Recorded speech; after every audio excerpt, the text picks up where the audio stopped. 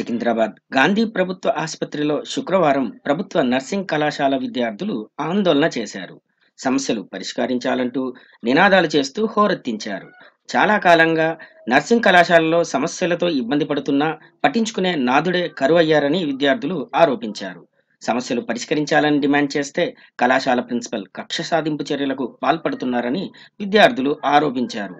విద్యార్థులు ఆసుపత్రి ప్రధాన గేటు ముందు బైఠాయించి నినాదాలతో హల్చల్ చేశారు.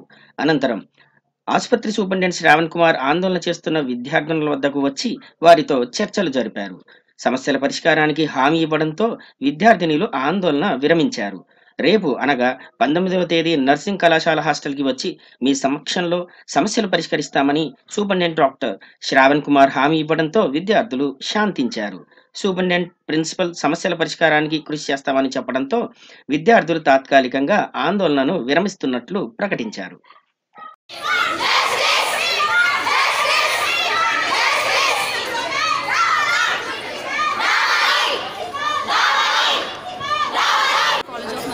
కాలేజ్ నుండి మాట్లాడుతున్నాము. ఇన్ని రోజుల నుండి మేము ఫేస్ చేస్తున్న ప్రాబ్లమ్స్ ఎప్పుడు క్లియర్ కాలేదు, వాటికి ఒక కన్క్లూజన్ అనేది రాలేదు.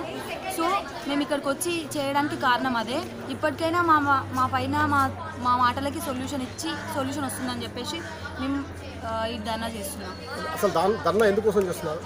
ధర్నా అంటే మేము చేసిన ప్రాబ్లమ్స్ అన్నీ క్లియర్ కావాలని చెప్పేసి, దానికి ఒక సొల్యూషన్ రావాలి అని చెప్పేసి, ఇంకా ముందు మేము ఏ ప్రాబ్లమ్స్ ఫేస్ చేయొద్దని చెప్పేసి చేస్తున్నాం. సమస్యలు ఏమేమి ఉన్నాయి? సమస్యలు అంటే మా కాలేజ్లో ఫండ్స్ రావట్లేదు. కాలేజ్లో వర్కర్స్ అందరికీ మేమే పే చేస్తున్నాము. మెస్లో వర్క్ చేసే వాళ్ళకి కూడా, మెస్ కుక్స్కి కూడా మేమే మనీ ఇస్తున్నాము. కాలేజ్ మెయింటెనెన్స్కి కూడా మేమే మనీ ఇస్తున్నాము. ప్రతి ఒక్కటి మా పైసతోనే నడుస్తుంది తప్ప, ఓన్లీ మాకు కొత్త హాస్టల్ ఇచ్చిన తప్ప దాంట్లో ఏ ఫండ్ ఇవ్వలేరు, ఏమి ఇవ్వలేరు.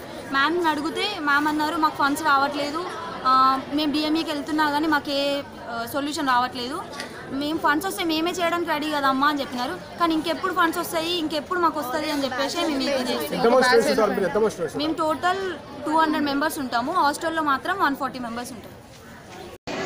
మేము government college of nursing BSc nursing students ఇక్కడ ఈరోజు స్ట్రైక్ చేశాము. మాకు కాలేజ్లో ప్రాబ్లమ్స్ ఉన్నాయని ప్రిన్సిపల్ మ్యామ్కి చాలాసార్లు చెప్పాము.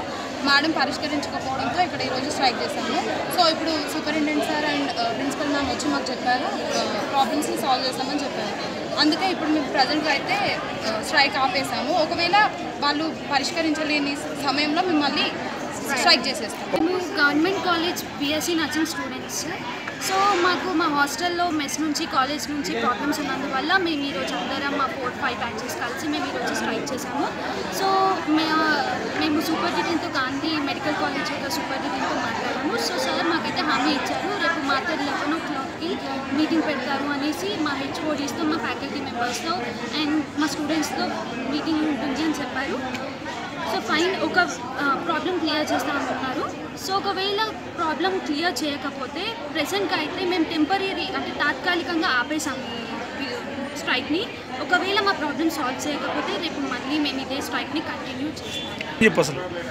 మా సమస్య అండ్ మా ప్రాబ్లమ్స్ ఏంటంటే క్లాస్ రూమ్స్ కరెక్ట్గా ఉండవు, హాస్టల్ మెయింటెనెన్స్కి స్టూడెంట్స్ దగ్గర నుంచే మనీ తీసుకుంటారు, అండ్ మెస్కి ఫుడ్ ఫుడ్ బాగోదు, సెక్యూరిటీ ఉండదు, ఫెన్సింగ్ లేదు, ఫుడ్ బాగోదు, వర్కర్స్కి మేమే వేజెస్ ఇస్తున్నాం, మేమే మనీ ఇస్తున్నాం, మా మనీతోనే వాళ్ళు శాలరీ తీసుకుంటున్నారు. ఈ ప్రాబ్లమ్ ఇంకా చాలా ఉన్నాయి. సో మీరు ఈ ప్రాబ్లమ్స్ అన్నీ క్లియర్ చేస్తామనేసి ఈరోజు స్ట్రైక్ చేస్తాం.